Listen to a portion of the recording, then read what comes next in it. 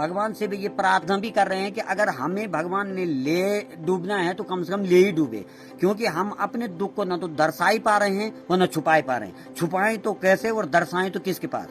आखिर में पूछना चाहूंगा कि इन मजबूरों की समस्या सुनी भी जाएगी या नहीं, और हम लोगों का ये भी कहना है कि अगर नहीं सुनी जाएगी तो क्या हम आगे कोई कदम उठाएं। हम आगे कोई कदम उठाने को मजबूर हैं। अगर हमारी जल्दी कोई सुनवाई नहीं होती है तो हम फिर उग्र होने के लिए भी मजबूर हैं, और ये जो फिर आगे इसकी जो जिम्मेदारी होगी वो शासन या प्रशासन की होगी। ये वीडियो जो आपने अभी देखा, ये है उत्तराखंड के उत्तरकाशी जिले के मस्तानी गांव की, जो जिला मुख्यालय से 10 किलोमीटर की दूरी पर स्थित है। आज ये गांव खतरे के निशान पर है, लेकिन शासन प्रशासन कोई भी इन गांव वालों की सुनने को तैयार नहीं है। इनके घरों में, खेतों में, रास्तों में भयंकर दरारें आई हैं। कहीं कहीं पे तो पानी के स्रोत फूट रहे हैं। आप इस वीडियो में देख सकते हो।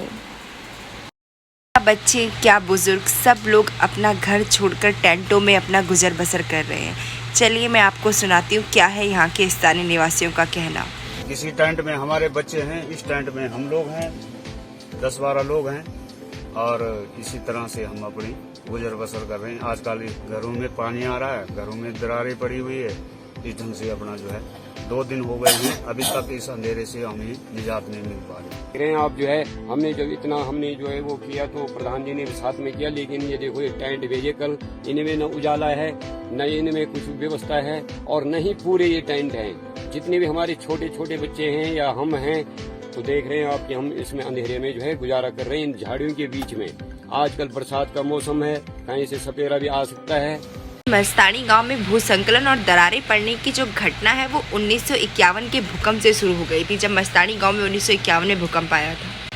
इस घटना के बाद 1997 में जो वैज्ञानिकों ने इस गांव का सर्वे भी किया था, तो वैज्ञानिकों ने कहा था या तो आप गांव को विस्थापित कर दीजिए या सुरक्षात्मक कार्य कीजिए।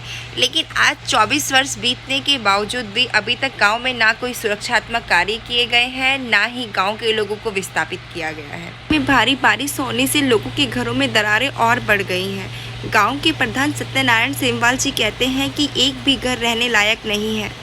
तेज बारिश होने से जमीन के भीतर पानी के बहाव की आवाज़ इस तरह आती है कि गांव के लोग भयभीत हो जाते हैं। आवाज़ आ रही है, जिस घर में पत्थरों की आवाज़ आती है, पानी नीचे से बह रहा है। आज तो वो चूल्हे से भी आ रहा है, गैस के चूल्हे से भी निकल रहा है पानी। हमारे यहाँ मतलब ऐसा इस गाँव को जादूगर बना दिया इस आपदा ने कि हम ना हंस पा रहे हैं और न रो पा रहे हैं। गांव में यह स्थिति आ गई है कि यहाँ के परिवारों को टेंटों में सोना पड़ रहा है या गौशाला में, क्योंकि कभी भी पानी का स्रोत फूट सकता है और यहाँ के घर कभी भी ढह सकते हैं। गांव के पूर्व प्रधान सेवानंद सेमवाल जी कहते हैं 1997 में जब वो पूर्व प्रधान थे तभी भी गाँव में 2 घर भूसंकलन से ढह गए थे। 1997 में गाँव में भूवैज्ञानिक की टीम सर्वे करने के लिए आई थी, तो उसमें DP शर्मा भूवैज्ञानिक थे।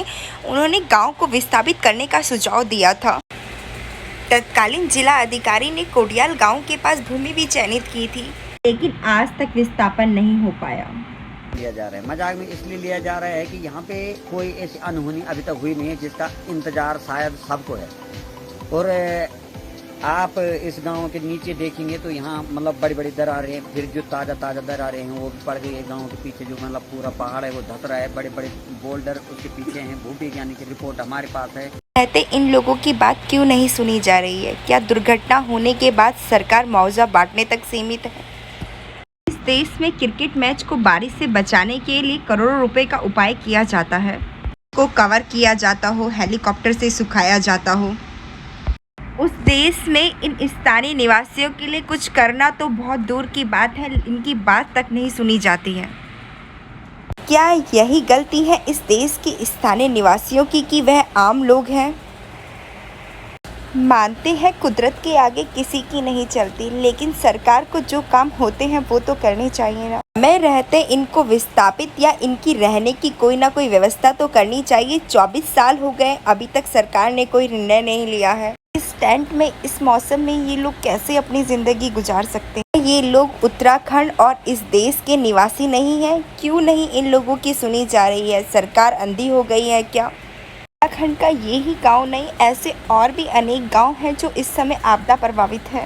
प्राकृतिक आपदा और कुछ मानव निर्मित आपदा, जिसका नुकसान सबसे ज़्यादा यहाँ के स्थानीय निवासियों को झेलना पड़ता है। हमारे देश की मीडिया को इससे कोई मतलब नहीं है, वो कभी ये न्यूज़ नहीं दिखाती है। उन्हें ये मतलब है किस फिल्म स्टार की शादी किससे हुई, किसका डिवोर्स किससे हुआ, किसका बच्चा पैदा हुआ, वगैरह वगैरह। हमारी सरकार और हमारी मीडिया दोनों अंधे हो चुके हों तो उत्तराखंड के दर्द की आवाज़ और यहाँ के स्थानीय लोगों की आवाज़ हम ही लोगों को सोशल मीडिया के माध्यम से उठानी चाहिए। चाहे वो आपदा प्रभावितों की आवाज़ हो या भू कानून की आवाज़ हो या देव स्थानन बोर्ड की आवाज़ हो। उत्तराखंड बनने के बाद यहाँ के स्थानीय निवासियों को ऐसी ही परेशानी झेलनी पड़े तो यह उत्तराखंड सरकार और प्रशासन के लिए बड़ी ही शर्म की बात है। कख लगान छुई कैमा लगान छुई, ये पहाड़ की ये गढ़वाल की, कोई भी इस पहाड़ का और इस गढ़वाल का दर्द सुनने को तैयार ही नहीं है। क्या फ़ायदा अलग उत्तराखंड बनने का जब कोई बातें हमारी सुनने को तैयार ही नहीं है। हम घरों से अभी भी बेघर हो रहे हैं। धन्यवाद। आपको मेरा ये वीडियो अच्छा लगे तो लाइक कीजिएगा, चैनल को सब्सक्राइब कीजिए। जय हिंद, जय भारत, जय उत्तराखंड।